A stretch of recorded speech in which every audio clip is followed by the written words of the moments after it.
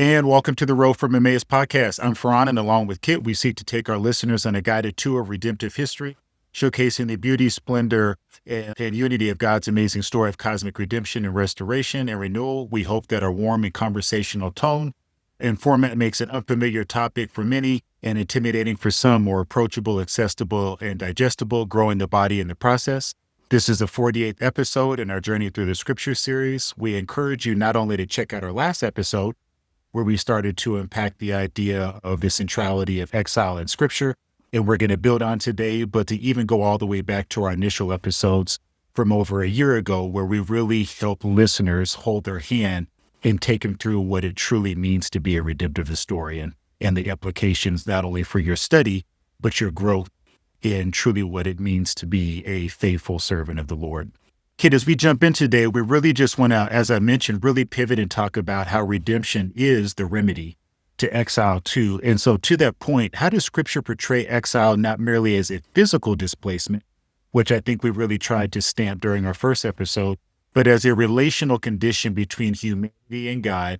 And why does this make redemption the only true remedy with no other alternatives being available? Well, maybe the place to start, and we've talked, as you say, a fair amount about how exile biblically has to be viewed in relational terms.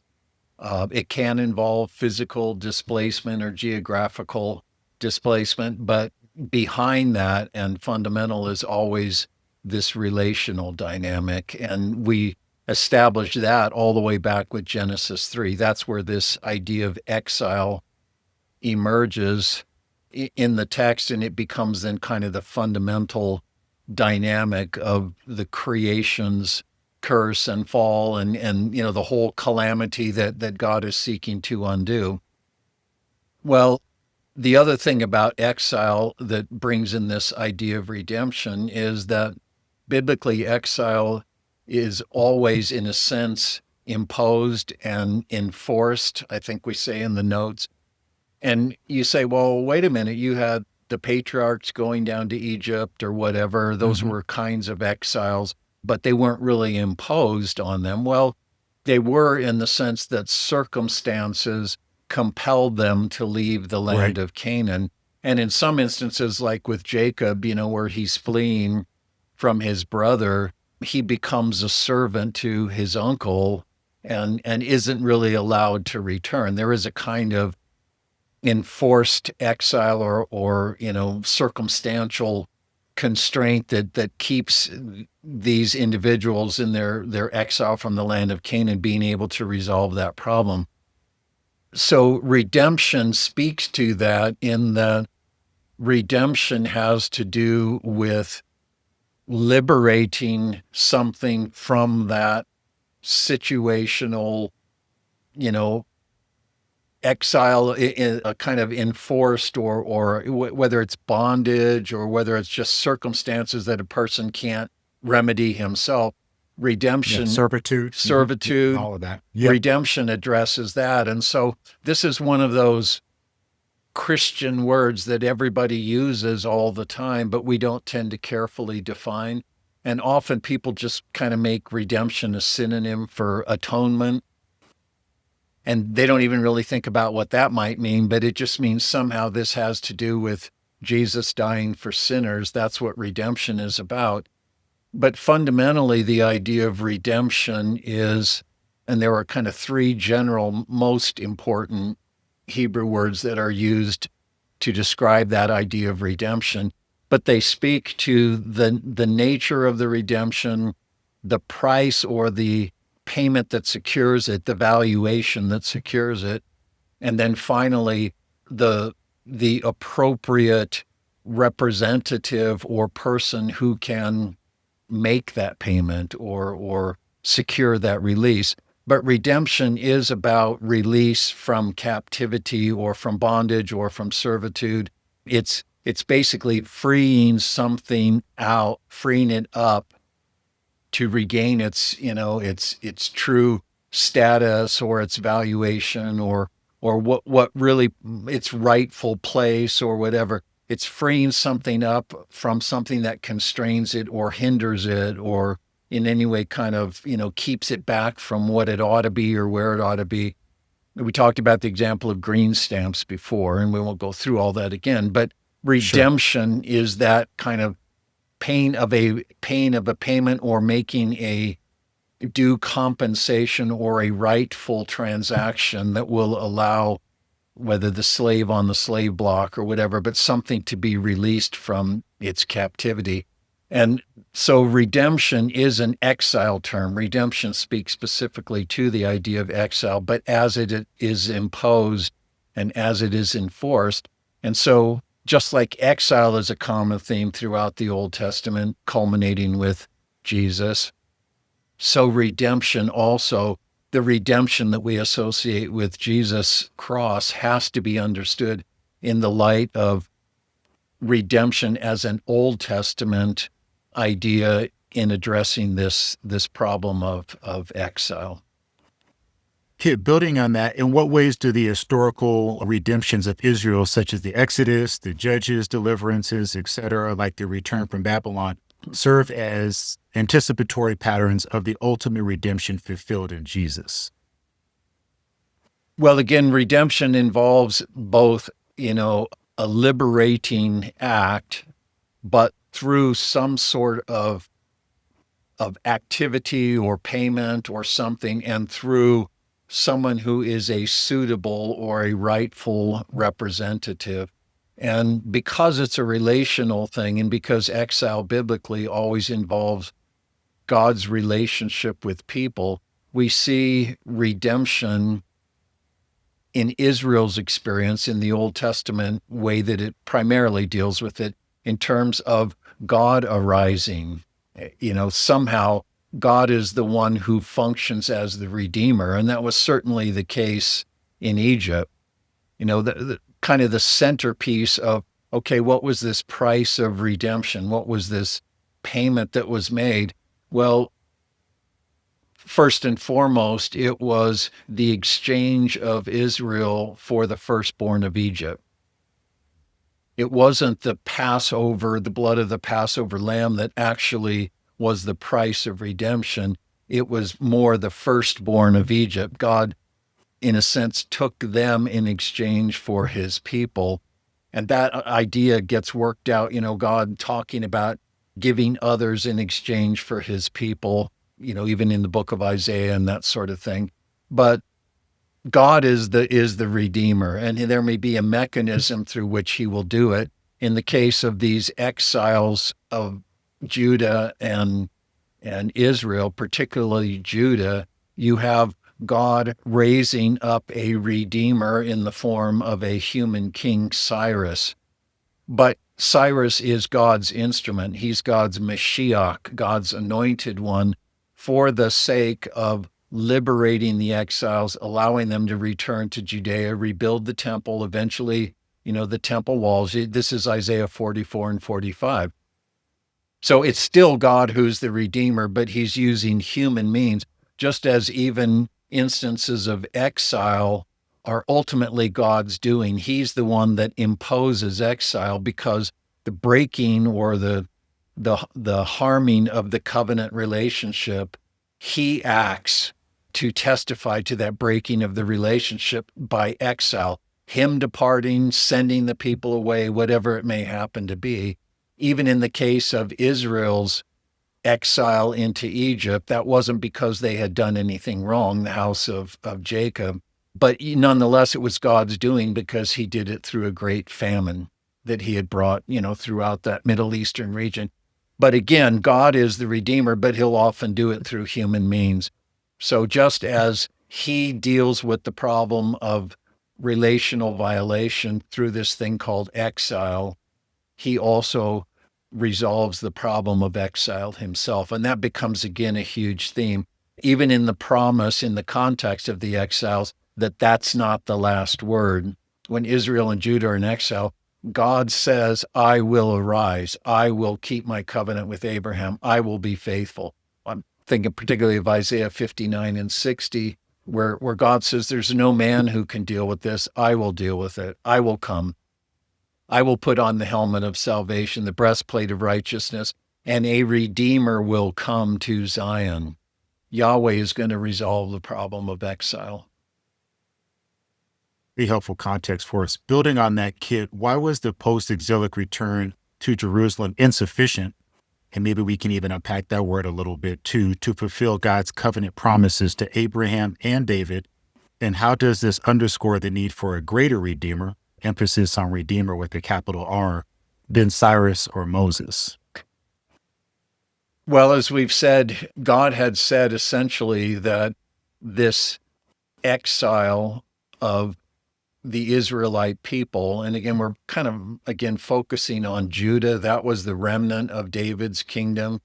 The northern kingdom had gone into captivity of like 140 years before Right.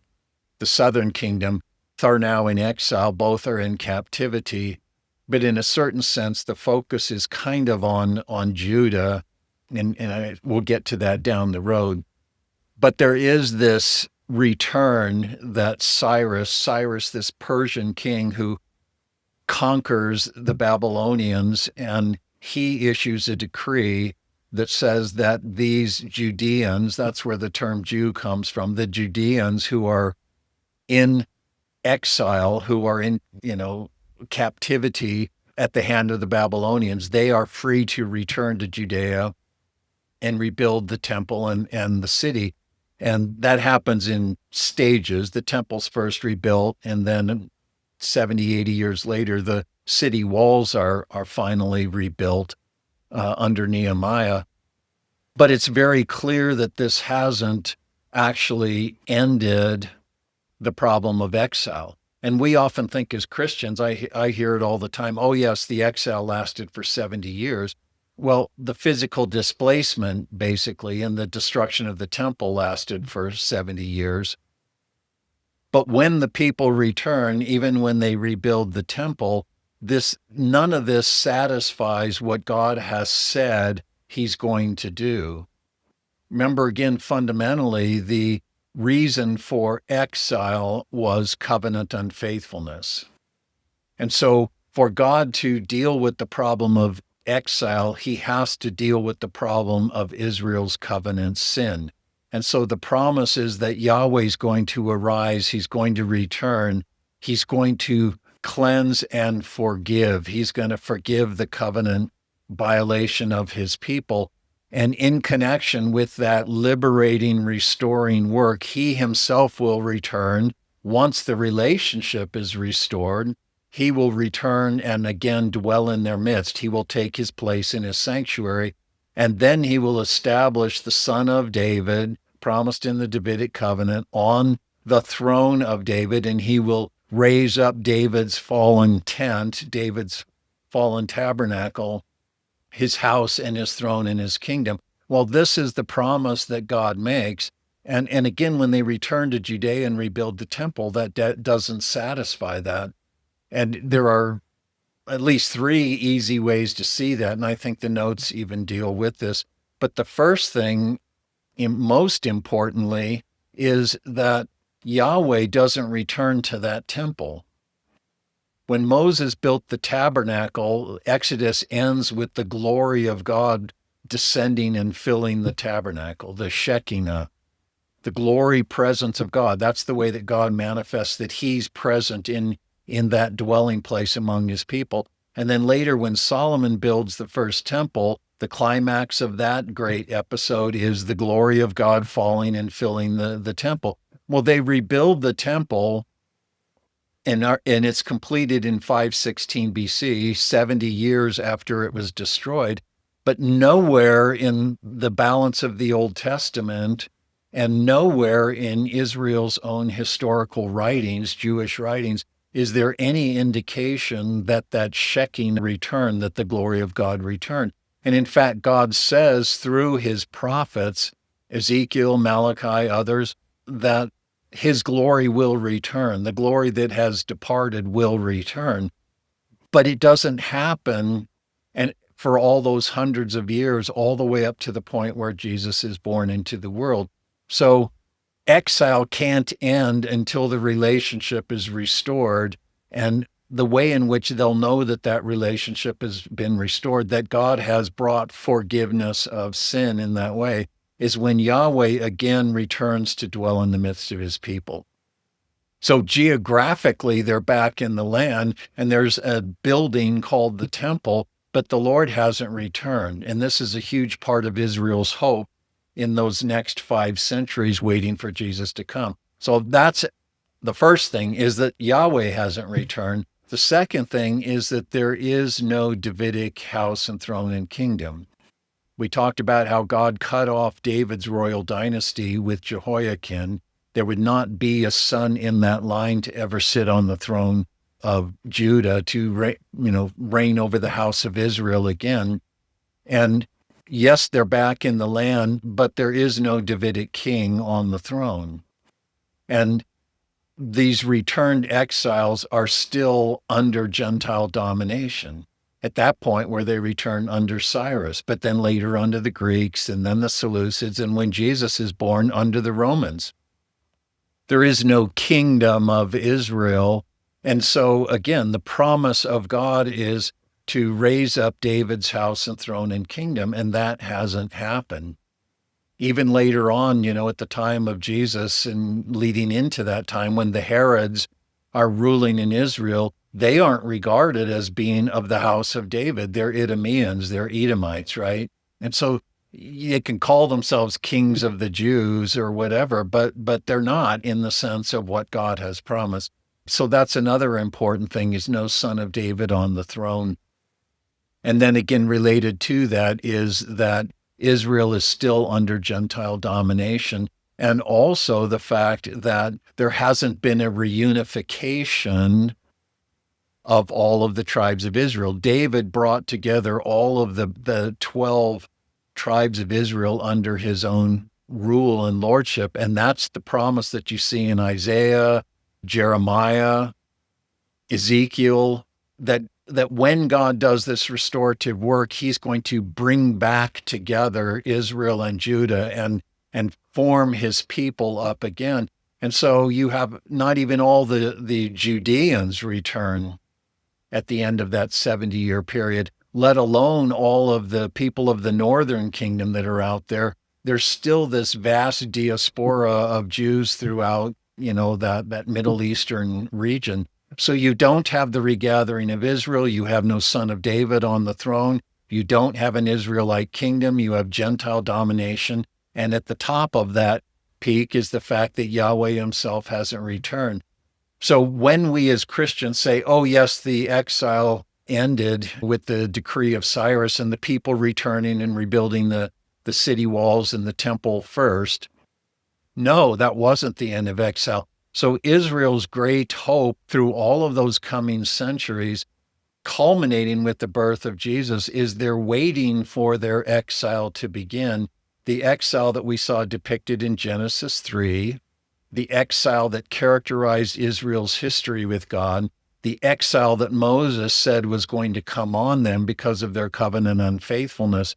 And so they recognized that geography wasn't the issue, relationship was the issue, and they were waiting for Yahweh to return and put all things right. And when we talk about Jesus coming into the world and then going out and proclaiming the good news of the kingdom, that's what he's talking about. And I know we've said that over and over again, and we will get to that.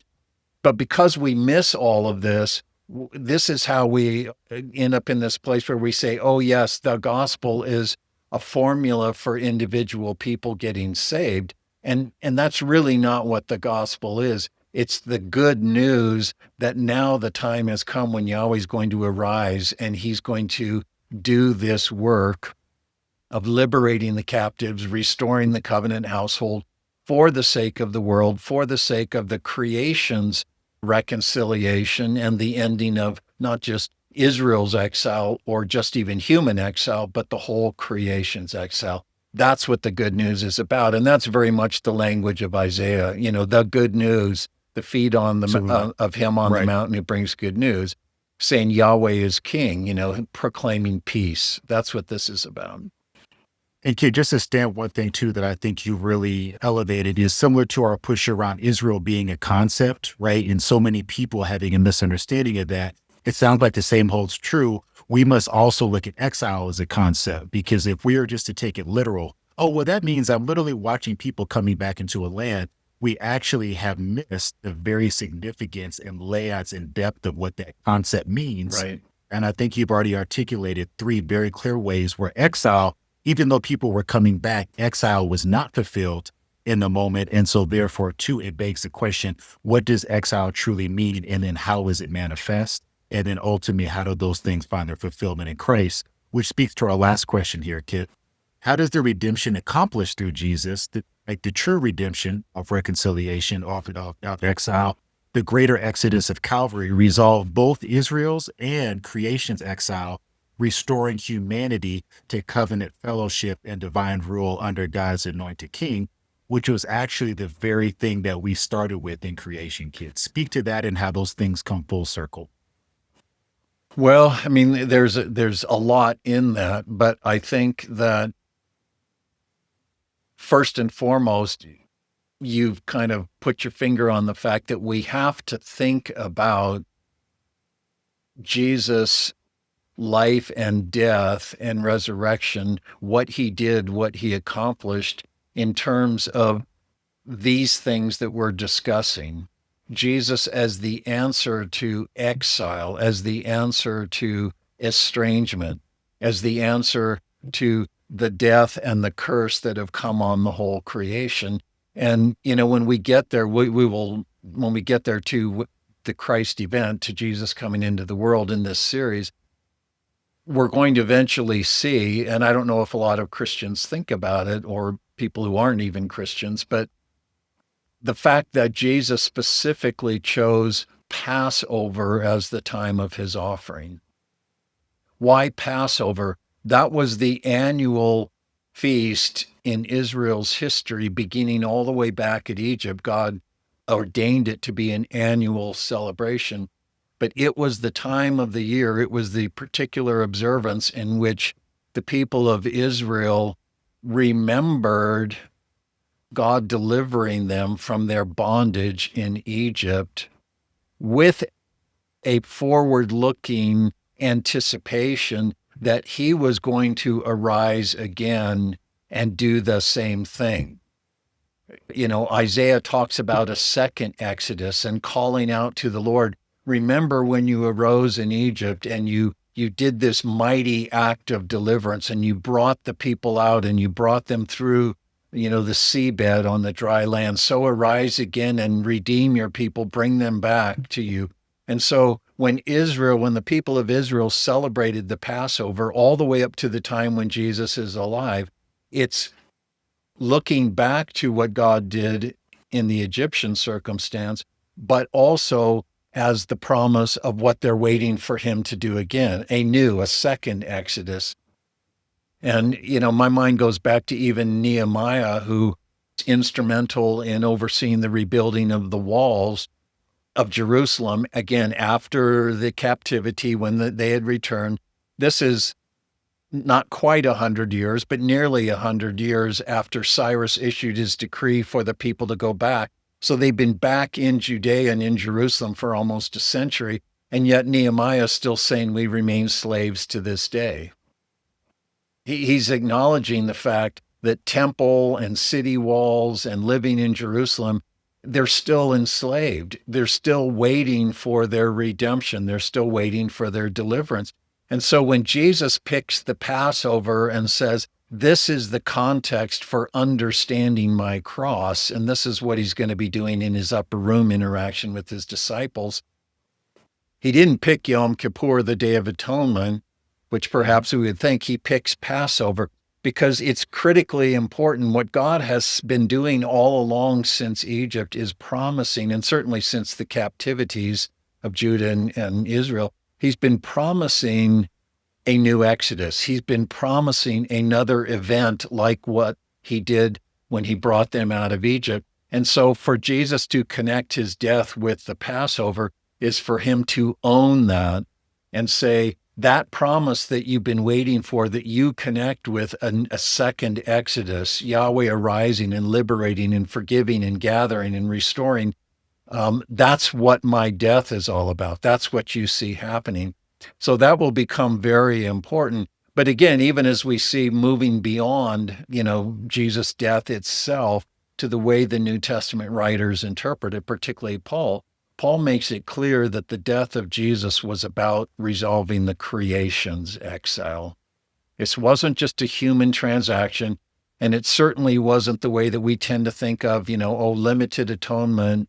Jesus paid for the sins of some, but not others. And this is just about getting whatever percentage of humanity into heaven. We have to understand that this atoning, which is the reconciling of this estranged relationship, the atoning work of Jesus has cosmic significance, even according to the promise that God made through Isaiah, that this is about ultimately a renewed creation, a new heavens and a new earth. And what comes out of that very quickly is the enthronement, the resurrection of Jesus, and his glorification to be the enthroned king priest, the exalted, consummate human being, if you will, who now has fulfilled that human vocation that we saw all the way back in Genesis 1, that man is to be priest and king, ruling over the works of God's hands. That's why Psalm 8 is so important in the New Testament, in the people's early Christians' understanding of what Jesus had done and what it meant for them. We'll talk about that another time. But Jesus is the consummate man, if we can put it that way. He is raised as the consummate human being, exalted to rule over the works of God's hands as a priest upon his throne. But he is exalted to that status, not as God separate from man, but as new Adam. And so when Paul talks about the inheritance that is appointed for us, who are Jesus' people, he says that it is us being joint heirs in what Jesus has inherited. Well, what has Jesus inherited? He has inherited that status and dominion, that lordship and priestly ministration that God ordained for man from the beginning. And we are joint heirs of that with him. And so, the one who purchases with his blood men from every tribe and tongue and nation and people, he has made them to be a kingdom and priest to our God, and they will rule on the earth. That's Revelation 5. So this is ultimately about God realizing his design for the creation that focuses on his human creature, his image son, and how all of that purpose finds its fulfillment in the focal point that is the person and the work of Jesus, and his exaltation to the right hand of power. That has to be rethought of more than just in terms of, oh yes, he made satisfaction for sin. See, he's back glorified as true God up there with God in heaven. It's much more than that. That is saying, God is saying, I have achieved for my creation what I intended from the beginning. And now that will work itself out through the power of the Spirit, such that this true glorified man will have his fullness in a human family. This true man, Jesus, he will have his fullness in a family of people who are also enthroned priest kings ruling over the works of God's hands, joint heirs with Jesus. And when the sons of God are revealed in that way, Romans 8, then the whole creation will be set free from its bondage to corruption. It will be set free to enter into the freedom of the sons of God, this consummate human family who share in the life and the likeness of the enthroned image son. This is at the very heart of Paul's theology throughout the New Testament. So when we come to Calvary, we have to see it as much more than just simply there's debt due to breaking commandments. Jesus paid that debt. Now God's okay with me or whatever. I mean, it's so Right. much glorious and more glorious and grand than that. We sincerely hope this time you've shared with us has been profitable. As Kid just alluded to, is like we must really plumb the depths of these things. We must rightly understand these things. We must strive to understand these things, even if it is challenging at times too. Once again, don't forget to check out our website and subscribe to our YouTube podcast. And we look forward to you joining us for our next episode. For Kit, I'm Farhan, and we'll see you down the road.